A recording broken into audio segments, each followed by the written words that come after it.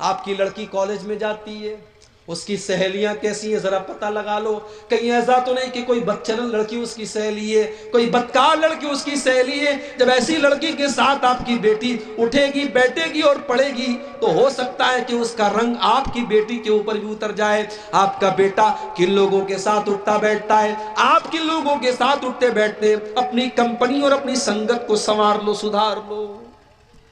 ابو طالب نے کلمہ نہیں پڑھا. یہ دو گرو گھنٹال جو بیٹھے تھے، انہوں نے باپ دادا کا نام لے کر کے بہکانا شروع کیا.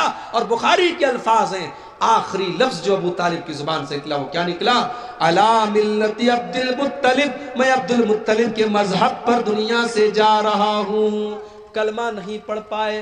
اللہ کے نبی کہتے ہیں میرے چچا ابو طالب بھی جہنم میں جائیں گے، انہوں نے میرا ساتھ دیا تھا، ان کو ہلکا عذاب دیا جائے گا، ان کو جہنم میں آگ کی جوتی پہنائی جائے گی جو پیر میں پہنی جائے گی اور دماغ اس سے کھولے گا. یہ سب سے ہلکا عذاب ہوگا جو ابو طالب کو دیا جائے گا. ابو طالب کے قصے نے حقیقت کھول کر رکھ دی، ابو طالب کے قصے نے حقیقت کھول کر رکھ دی. نہ ہو آنکھیں تو گھر کی روشنی سے کچھ نہیں ہوتا. اللہ کے نبی کے چچا ہیں مگر نبی کے اوپر ایمان نہیں لائے. تو پہلی جو شرط ہے وہ ایمان ہے. ہمارے یو پی کے اندر ایک جگہ ہے فتح پور، الہ آباد اور کانپور کے بیچ میں ایک جگہ ہے فتح پور. وہاں کے ایک بہت بڑے سوامی جی ہیں، سوامی جی کا نام ہے سوامی لکشمی شنکراچاریہ. بڑے بڑے جلسوں میں ان کو بلایا جاتا ہے، فلائٹ کا ٹکٹ دے کر کے، ہزاروں لاکھوں کی رقم دے کر کے مسلمان ان کو جلسوں میں بلاتے ہیں. سوامی جی جلسے میں آتے ہیں، بڑی اچھی تقریر کرتے ہیں، اللہ کے نبی کی تعریف کرتے ہیں. مسلمان بیچارہ خوش ہو جاتا ہے، ارے یہ تو سوامی جی ہیں، یہ تو پنڈت جی ہیں، ماتھے پر ٹیکا لگائے ہوئے ہیں اور یہ اسلام کی تعریف کر رہے ہیں، ہمارے نبی کی تعریف کر رہے ہیں. سوامی جی تقریر کر کے، تعریف بٹور کر کے اور فلائٹ کے ٹکٹ کو لے کر کے چلے جاتے ہیں، لمبا چوڑا پیسہ لے کر کے چلے جاتے ہیں. او لوگو، ہماری عوام کتنی نادان ہے، ہماری عوام کتنی پاگل ہے کہ وہ اپنے مولویوں اور اپنے علماء کے منہ سے بھی اپنے نبی کی تعریف سننا نہیں چاہتی. اسے نبی کی تعریف بھی کسی سوامی کے منہ سے اچھی لگتی ہے. میں کہتا ہوں اگر سوامی لکشمی شنکراچاریہ کو اسلام اتنا ہی پسند ہے اور اللہ کے نبی کی سیرت اتنی ہی پسند ہے کہ وہ جلسوں میں گھوم گھوم کر کے تقریر کر رہا ہے وہ انسان، تو وہ اسلام قبول کیوں نہیں کر رہا ہے؟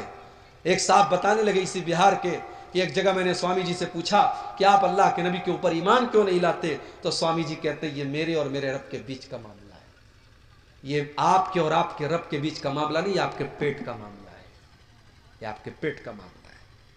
جسے نبی کی تعریف کرنا ہے، جسے اسلام کی تعریف کرنا ہے اور جسے اسلام اتنا پسند ہے تو پورے بھارت میں گھوم کر کے وہ اسلام کی تعریف کر رہا ہے، وہ اسلام قبول کیوں نہیں کر رہا ہے؟ اس کا مطلب وہ ایک بہروپیہ ہے جس نے اس کو ایک پیشہ بنا لیا، ایک پروفیشن بنا لیا، ایک دھندا بنا لیا کہ مجھے اپنے حلقے میں اور اپنے لوگوں میں تو کوئی نہیں پوچھ رہا ہے، چلو مسلمان اپنے جلسوں میں بلا رہا ہے اور میری ایک انکم چل رہی ہے، چلو میں اسی میں لگا رہوں گا. تو نبی پر ایمان لانا یہ شرط ہے میرے بھائی. فالذین آمنوا بہ، جو لوگ نبی کے اوپر ایمان لائے، وعزروہ، اور جنہوں نے نبی کا احترام کیا، نبی کا سمان کیا. نبی کا سمان بھی آپ کو کرنا ہے. بہت سارے لوگ کہتے ہیں کہ صاحب نبی ہمارے جیسے تھے. ہمارے بہت سارے دوسرے بھائی کہتے ہیں کہ یہ اہل حدیث لوگ نبی کو اپنے جیسا بولتے ہیں. سن لو، جو نبی کو اپنے جیسا مانتا وہ اہل حدیث نہیں ہے. اللہ کی قسم نبی ہمارے جیسے نہیں تھے. نبی انسان تھے مگر ہمارے جیسے نہیں تھے. ہم جب سو جاتے ہیں ہماری آنکھیں بھی سو جاتی ہیں، ہمارا دل بھی سو جاتا ہے. اللہ کے نبی فرماتے جب میں سوتا ہوں تنام عینی ولا ینام قلبی، میری آنکھیں سوتی ہیں مگر میرا دل نہیں سوتا. دل نہیں سوتا ہے، آنکھیں سوتی ہیں. اللہ کے نبی نماز پڑھا رہے، صحابہ سے کہتے ہیں اپنی صفیں سیدھی کر لو. فَإِنِّي أَنظُرُ مِنْ وَرَائِي، میں اپنے پیچھے بھی دیکھتا ہوں، پیچھے بھی دیکھتا ہوں. اللہ کے نبی صحابہ سے کہتے ہیں میں غصے میں بھی کوئی ایسی بات نہیں کہتا ہوں جو حق کے خلاف ہو. آپ کے پسینے سے خوشبو آیا کرتی تھی، آپ کے اوپر آپ کی مٹھی میں کنکر کلمہ پڑنے لگتا تھا، اور پیڑ اور پودے آپ کو سلام کرنے لگتے تھے. آپ کا سینہ چاک کر کے آپ کے دل کو زمزم سے دھویا گیا، آپ کو معراج کے اوپر لے کے جایا گیا. آپ ہمارے جیسے نہیں تھے میرے بھائیوں، آپ انسان ضرور تھے، مگر اللہ تعالیٰ نے بہت ساری وشیشتاؤں سے اور بہت ساری خصوصیات سے آپ کو نوازا تھا. لہٰذا جو لوگ یہ کہتے ہیں کہ نبی ہمارے جیسے تھے، وہ اپنی غلط فہمی دور کر لیں. اللہ کے نبی مقام اور مرتبے اور درجے میں اور خصوصیات میں ہم سے بہت الگ تھے. ہاں انسان تھے آپ. اگر کوئی آپ کو انسان نہیں مانتا ہے تو یہ اس کی بہت بڑی غلطی ہے، یہ بہت بڑی نادانی.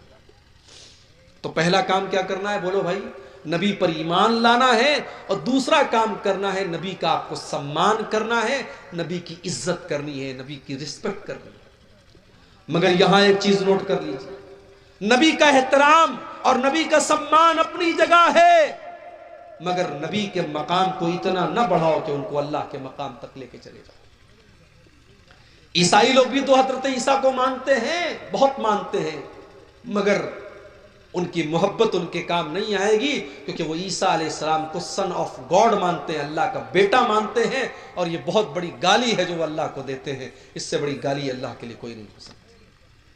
اسی لیے اللہ کے نبی فرماتے لا تطرونی کما اطرت النصارى عیسی ابن مریم، او لوگو تم مجھے اتنا نہ بڑھانا جتنا عیسائیوں نے عیسیٰ ابن مریم کو بڑھایا تھا. انما انا عبد، میں تو اللہ کا بندہ ہوں. فقولوا عبد اللہ ورسولہ، تو مجھے اللہ کا بندہ ہی کہا کرو، اللہ کا رسول ہی کہا کرو.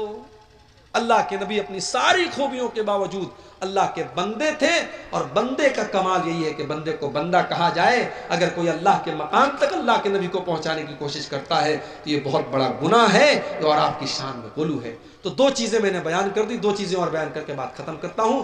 نبی پر ایمان لانا ضروری ہے، نبی کا احترام کرنا ضروری ہے، اور تیسری چیز وَنَصَرُوهُ، اور نبی کی مدد کرو. میرے بھائیوں، نبی کی مدد ہم کیسے کریں گے؟ ہماری ماں کو کوئی برا بھلا کہہ دے ہمیں غصہ آتا ہے، ہمارے باپ کو کوئی گالی دے دے ہم لڑنے لگتے ہیں. ہمارے نبی بھی تو ہمارے چہتے ہیں. اگر ہمارے نبی کا کوئی کارٹون بناتا ہے، کوئی ہمارے نبی کی توہین کرتا ہے، کوئی ہمارے نبی کے بارے میں غلط زبان استعمال کرتا ہے، اس کے اوپر بھی ہمیں غصہ آنا چاہیے. اس کے خلاف بھی ہم قانون کے دائرے میں رہ کر کے کارروائی کریں، اور ہم کوشش کریں کہ نبی کی توہین کرنے والا اپنے انجام تک پہنچے. نبی کی مدد کرو. اور ایک بات اور یاد رکھو، نبی کی مدد میں نبی کے دین کی مدد بھی شامل ہے. یہ بڑے بڑے مدرسے، یہ دینی ادارے، یہ بھی تو نبی کے مشن کو آگے بڑھا رہے ہیں.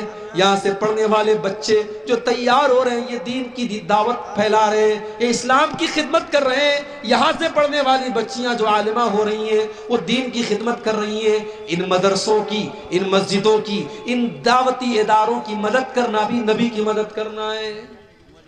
مگر ہم نے کیا کیا؟ ہم نے یہی کیا کہ ہم نے سماج کا سب سے حقیر طبقہ بنا دیا اپنے علماء. یہ علماء جو نبی کے وارث ہیں، یہ علماء جو اللہ کے نبی کے دین کو ہم تک پہنچاتے ہیں، ہم نے 5-6 ہزار کی معمولی تنخواہیں دے کر کے اپنے علماء کو ذلیل ترین بنا دیا. ایک سڑک پر جھاڑو دینے والے بھنگی کی تنخواہ بھی آج مسجد کے امام سے زیادہ ہے. اور مسجد کا امام بیچارہ کبھی اگر سجدہ لمبا کر دے، قرات لمبی کر دے، تو سارے لوگ اعتراض کرنے کے لیے تیار ہو جاتے ہیں. سارے لوگ اعتراض کرنے کے لیے تیار ہو جاتے ہیں. مولوی صاحب آج آپ کا سجدہ بڑا لمبا ہو گیا، مولوی صاحب آج آپ نے عشاء کی نماز بڑی لمبی پڑھا دی. مولوی کو مشورہ دینے والے بہت ہوتے ہیں. میرے بھائیوں، یہ نبی کے وارث ہیں، ان کا احترام کرو، ان کا سمان کرو، ان کی مدد کرو. 5-6 ہزار میں آپ کی فیملی نہیں چل سکتی. کیا اس مولوی کے پریوار کا حق نہیں ہے وہ اچھا کھائیں، اچھا پہنے؟ آپ کا شوق ہے، آپ کے بیوی بچوں کا شوق ہے، کیا اس مولوی کے بچوں کا شوق نہیں ہے؟ جس دور میں آپ 10,000 روپے مہینے سے کم میں ایک نارمل زندگی نہیں گزار سکتے، اس دور میں 5-6 ہزار میں